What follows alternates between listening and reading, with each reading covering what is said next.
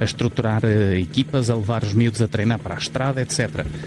E as infraestruturas, porque algo reparei, as infraestruturas na Grã-Bretanha, sobretudo ao nível da pista, têm vindo a ser requalificadas e o sistema de treino também me parece importante. Porquê? Porque o sistema de treino, por exemplo, dos miúdos britânicos não passa apenas só pela estrada. Eles fazem, imaginemos de acordo com a categoria, com a idade, fazem 20, 30 km, uma saída, que ainda por cima tem a questão da luz natural. Muitas vezes tem que encurtar as saídas porque anoitece mais cedo do que anoitece, por exemplo, na Europa do Sul. Por uma questão de segurança, não se vai pôr os miúdos a sair à noite, não é? Portanto, quando há luz natural, faz essas voltinhas e depois termina-se o treino dentro do velódromo. Todos passam pelo velódromo.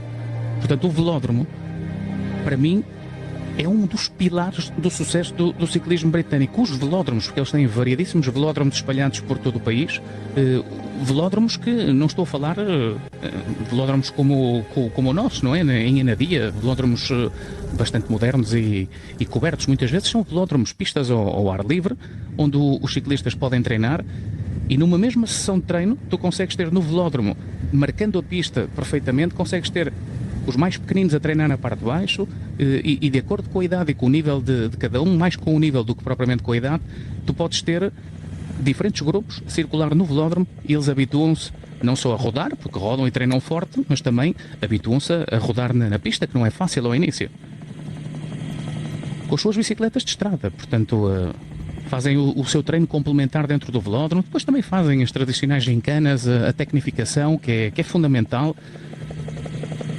A mim, fez-me um clique quando estava a ouvir aquele podcast, que recomendo a quem quiser saber mais acerca do Geraint Thomas e de como eles trabalham.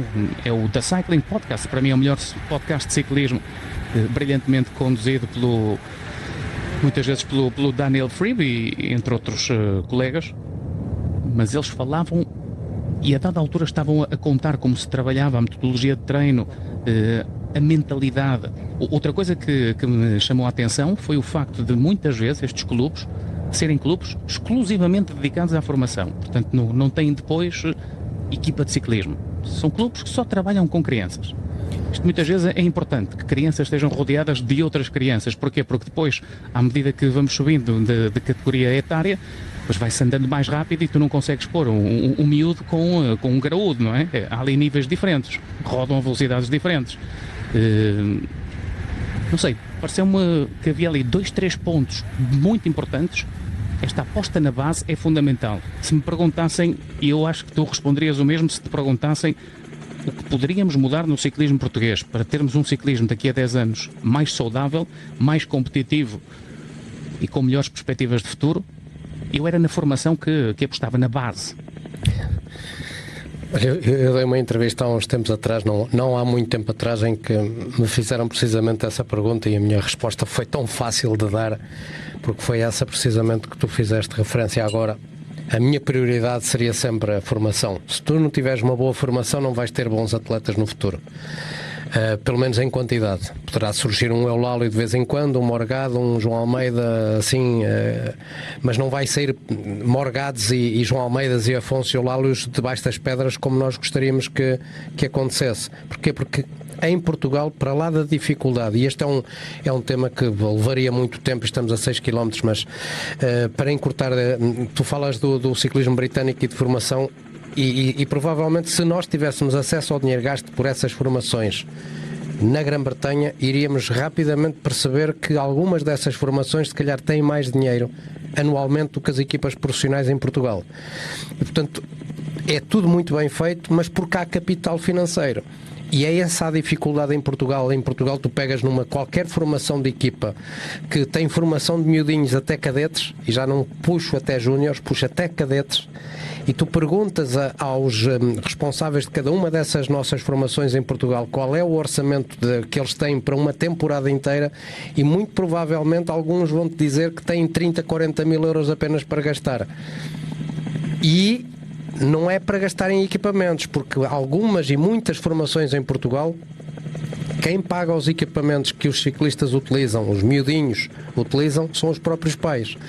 E isso é que faz a dificuldade do nosso país ser uma distância enorme para aquilo que tu acabaste de contar do ciclismo de formação na Grã-Bretanha, e provavelmente se falássemos de Itália, França, Espanha, iria dar tudo ao mesmo caminho. Portugal está num caminho certo, mas falta dinheiro, falta capital, falta que as equipas de formação tenham um orçamento digno de poder ajudar e ter pessoas qualificadas. Não estou a dizer que não sejam as pessoas certas, mas que tenham também um estímulo para poderem continuar a fazer o trabalho bom que estão a fazer, mas que seja ainda mais bem feito e mais profissional, no sentido de poderem dar ferramentas de trabalho aos nossos miudinhos para continuarem a acreditar que um dia um deles pode ser o João Almeida, pode ser um belíssimo ciclista e estar aqui a correr esta corrida. Claro, e acho que é muito importante a questão de aproximar os ciclistas dos jovens. Não é só a questão de os pôr a ver ciclismo, porque nós podemos ver ciclismo, podemos ver futebol, podemos ver muita coisa. Mas é importante aproximá-los, pô-los em contacto direto uns com os outros, que lhes façam perguntas, que de vez em quando dê uma voltinha com eles, não é?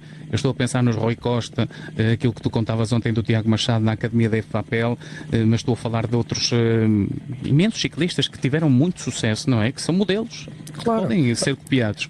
E é muito importante, porque, por exemplo, neste podcast com o Geraint Thomas, depois de ganhar a Volta à França, das primeiras coisas que fez foi voltar a Cardiff e voltou ao seu clube. E esteve lá uma tarde inteira a conversar com os miúdos. Claro.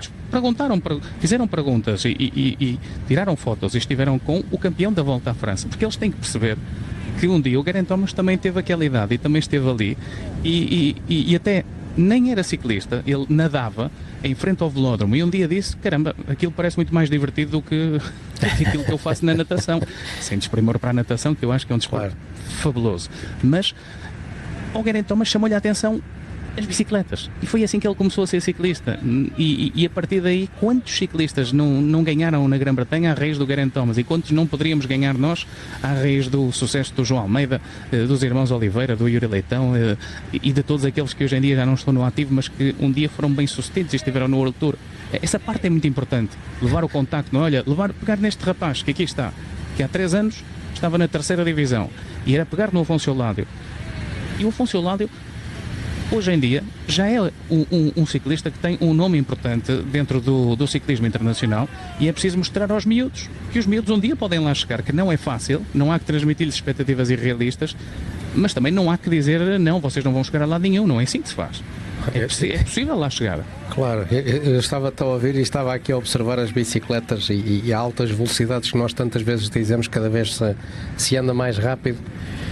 E é cada pisa familiar que os ciclistas levam nas bicicletas hoje, particularmente nesta competição em si, porque antigamente, eu recordo-me quando era profissional que utilizávamos 52 dentes no prato da frente, e hoje garantidamente toda a gente no mínimo está a utilizar um prato de 54 e alguns provavelmente até 56, e isso só se via em contrarrelógio individuais.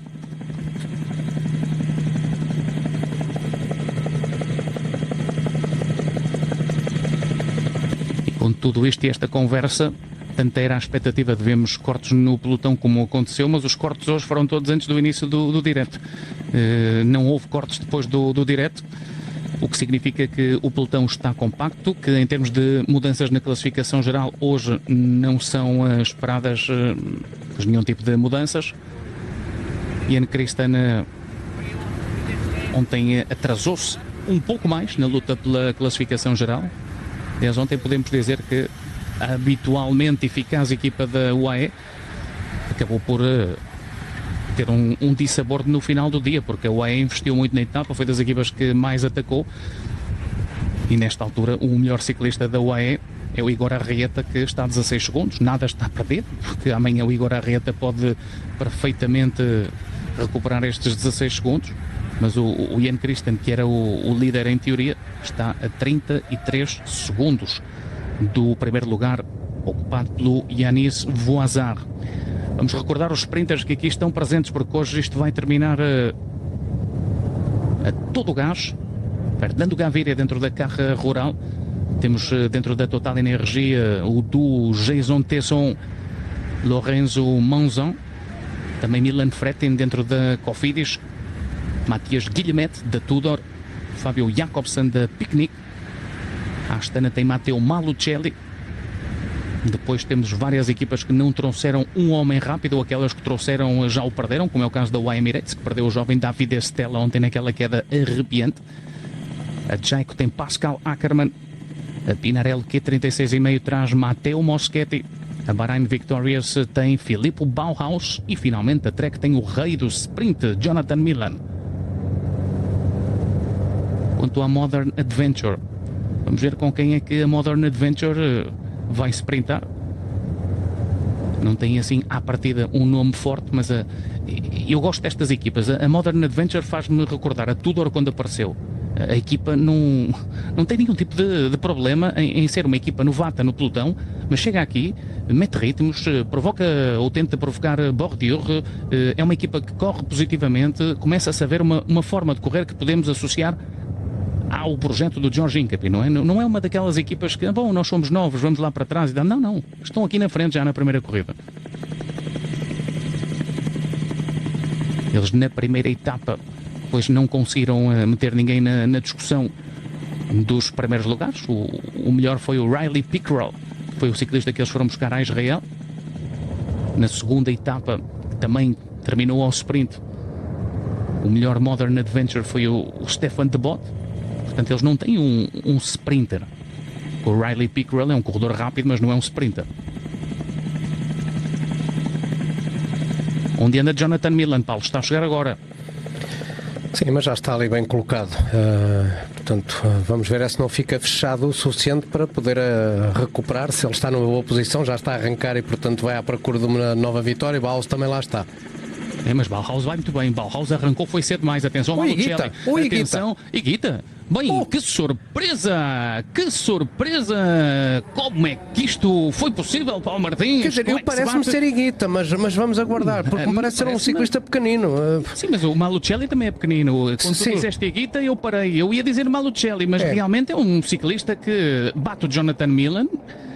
Cuidado, vamos eu rever. Acho que Malucelli, sim, se calhar por lapso meu, por engano meu, disse que era exatamente, e portanto não é Malucelli, tinhas razão, é também pequenino, como dá para perceber, e até me estava a fazer confusão, apesar da chegada de ter ali alguma dureza, até com algum vento frontal provavelmente, mas Malucelli muito bem, a bater o homem que queria levar a terceira vitória consecutiva em termos de chegadas ao sprint e acabou por ser batido, Jonathan Milan. Que surpresa tremenda. Vamos ver os sprinters do helicóptero, que ajuda sempre a perceber. Reparem como o Malucelli parecia a sombra do Jonathan Milan. Sim. Mas saltar para a frente do Jonathan Milan, uau! Agarrou-lhe muito bem a roda em todos os aspectos. E o vento lateral que estava a fazer-se sentir nesta reta da meta, e aqui claramente afastado e bem afastado por parte de Malucelli. Eu disse Higuita e por um engano, obviamente, uma belíssima vitória do italiano. É uma bicicleta, e atenção porque tu falavas do aspecto vento, mas o Malucelli, quando passa o Jonathan Milan, vem precisamente a levar com o vento, portanto o Milan ficou sem pernas. Sim, completamente. Milan, ali foi uma questão de velocidade, hoje perde e perde bem, e é para mim a maior vitória da carreira do Matteo Malucelli. E se nós pudermos rever novamente do Eli a imagem, se viermos a tela, vamos perceber que quando o Jonathan Milan sai de trás do Consoni, que foi o seu lead-out, ele praticamente levanta-se para ultrapassar o seu colega e basicamente senta-se automaticamente, e ali sentiu-se que já não havia muita potência. Ele aqui volta-se a levantar porque sente a perigosidade do Malucelli, que veio sempre a sprintar quando decidiu que era o momento de atacar o risco de meta e bateu claramente. E aqui é uma vitória soberba, não é uma vitória por um descuido, é uma vitória de sabedoria, de capacidade física por parte do homem da Astana, que lá está, as coisas como mudam de um momento para o outro. Uma equipa que já sofreu hoje tanto que poderia ter perdido o pódio de Higuita devido aos ventos laterais, e chega ao final do dia tudo sereno, defendendo as posições na geral, e consegue uma vitória importante e continua a somar vitórias, porque esta é uma equipa que já tinha vencido em Espanha uma das clássicas de início de temporada com o Scaroni, agora vence com o Malucelli, portanto as coisas estão bem, e acima de tudo uma Astana que fala muito bem italiano. E a primeira vitória deste rapaz foi em Portugal. Na altura, 2015, volta a Portugal, chegada a Lisboa, foi a última etapa desse ano. Ele estava na equipa IDEA 2010 ASD, bateu entre outros o Manel Cardoso, o Pedro Paulinho, o Filipe Cardoso, e o Matteo Malucelli provava na altura ter pernas para andar. Ele esteve quase a abandonar a carreira quando a Astana lhe deu a oportunidade de finalmente correr no World Tour. E agora, para mim, esta é uma vitória brutal, porque ele não é pela corrida em si, é porque bate Jonathan Milan. Sem dúvida. Ele já tinha ganho várias corridas a nível Pro Series, mas sempre no continente asiático. Aqui também continua no contexto asiático. Este é claramente um tipo de corridas e um tipo de contexto que favorece o Matteo Malucelli. Mas caramba, bater o Jonathan Milan numa prova em que o Jonathan Milan vinha de ganhar 2 etapas, não é que o Jonathan Milan tivesse chegado hoje, não, ele já tem 2 etapas ganhas. E hoje ganha o Matteo Malucelli, que vitória estrondosa. Este enfim, em termos daquilo que é o início da temporada, é uma grande surpresa vermos o Jonathan Milan batido por um excelente Matteo Malucelli, que já não é um rapaz novato nestas andanças, 32 anos, mas finalmente o Matteo Malucelli a mostrar que a Astana apostou e apostou bem. Curta pausa, já regressamos.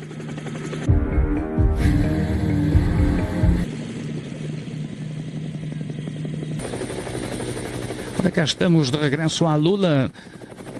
Matteo Malucelli protagonizou uma grande vitória hoje e eu não tenho nenhuma dúvida em classificar esta vitória como a melhor vitória da carreira do Matteo Malucelli. Ele acaba de bater um sprinter que está em ascensão, um dos melhores sprinters do mundo, mas também mostrou aquilo que muitas vezes gostamos de ver no desporto, de que não há imbatíveis. Nem Matteo, aliás, nem o Jonathan Milan é imbatível ao sprint, nem Tadej Pogacar é imbatível nas grandes voltas, ninguém é imbatível. Todos podem ter um dia menos bom e hoje foi o dia menos bom de Jonathan Milan. Podia ter igualado as 4 vitórias no Alula Tour do Tim Merlier, Paulo Martins, que assim parece que fica com esse estatuto protegido de mais uma edição. Sim, exatamente, pelo menos mais uma temporada. A Milan vai ter que voltar aqui ao Alula Tour, mas sujeito a poder se confrontar com o Merlier, porque o Merlier era para estar aqui, acabou por se lesionar, não veio, mas para o ano é outro ano, e nesta altura continuará a ser Merlier o homem com mais vitórias em etapas conquistadas nesta corrida. Vamos ver o que é que vai acontecer em 2027, se vão ou não confrontar os dois nesta mesma corrida, mas ainda falta muito. Acima de tudo, ainda vamos ter uma temporada que se está a iniciar nesta fase, portanto vamos ver o que é que nos vai brindar esta temporada. Isto quando vamos vendo aqui muita gente ainda a chegar atrasada, lá está os ventos laterais que se fizeram sentir na primeira parte da etapa, quando já muita gente vai descansando, trocando roupa, por aí fora, ainda muita gente está para chegar. Mas acima de tudo é uma vitória de Malucelli, que de todas aquelas que ele alcançou ao longo da sua carreira, e não foram assim muitas, esta foi a 18ª vitória de carreira, um ciclista já com alguma veterania, são 32 anos, mas é para mim, e tu já o tinhas frisado, a melhor vitória, porque quando tu bates aquele que é por muitos considerado o melhor, ou pelo menos um dos 3 melhores do mundo da velocidade atual, pois tu tens que ficar na memória este momento, independentemente de não ser uma corrida do World Tour. Mas bater Milan é de um orgulho tremendo para qualquer sprinter que o consiga fazer. E bateu à base da força, não foi porque havia uma curva e que tomou um risco maior do que Milan. Não, Milan foi muito bem lançado por Consoni. Malucelli sentou claramente Milan no risco de meta. Foi estrondosa a vitória, estrondosa. Isto é um sprint de altíssimo nível, com Phil Bauhaus a abrir muito bem. Eu sei que vamos poder ver o sprint não tarda nada, mas estou aqui a reviver o sprint na minha cabeça, e a maneira como abre o Philippe Bauhaus junto às barreiras, abrindo muito bem, antecipando. Depois o Milan agarra-lhe na roda e coloca-se a par do Bauhaus. Depois passa o Malucelli como uma bala. Que foi daqueles sprints rasgadinhos, leais, em que toda a gente manteve a sua trajetória e foi à base das pernas. Excelente chegada. Estava tudo a encaminhar-se para mais uma vitória do italiano da Lidl Trek.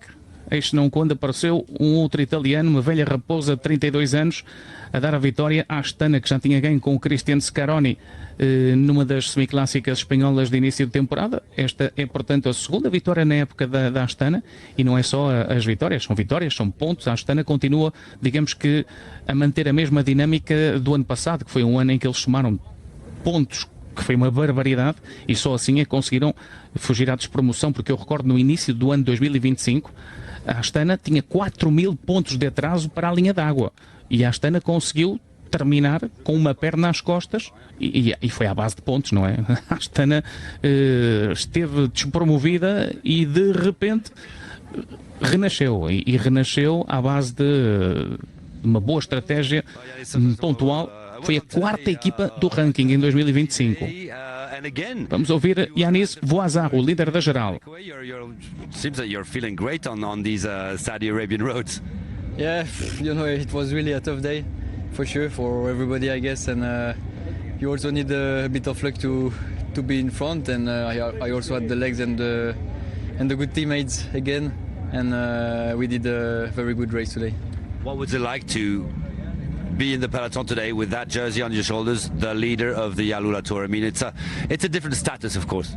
Yeah, for sure. For me, it's the first time with a leader jersey, so it was a super nice feeling and was a nice day for us. Is it more pressure? No, it's a bit different. Maybe, yeah, you have maybe a bit more respect from the other riders, but not necessarily more pressure.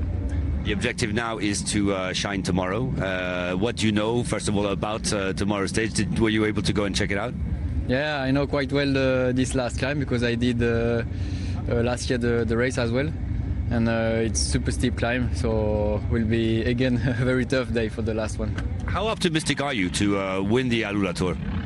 Well, I think everything is possible, and for sure in a climb like this, you can't hide. The legs will speak, so if you're not in a perfect day, you have almost no chance in a steep climb like this. Because if you had to describe yourself, what kind of, I mean, you've been a pro for quite a few years now, but how would you describe yourself? What kind of riders are you? Because here we saw you on all types of terrain. Depends, depends the day, but I aim to be a rider as complete as possible. Well, all the best for tomorrow. Thank you very much. Thank you. Merci. Yanis Voazar, com o projeto de se tornar um corredor o mais completo possível. Ele é um voltista por natureza, por características, sobretudo é um corredor que em corridas por etapas sem contrarrelógio é extremamente hábil, é extremamente talentoso.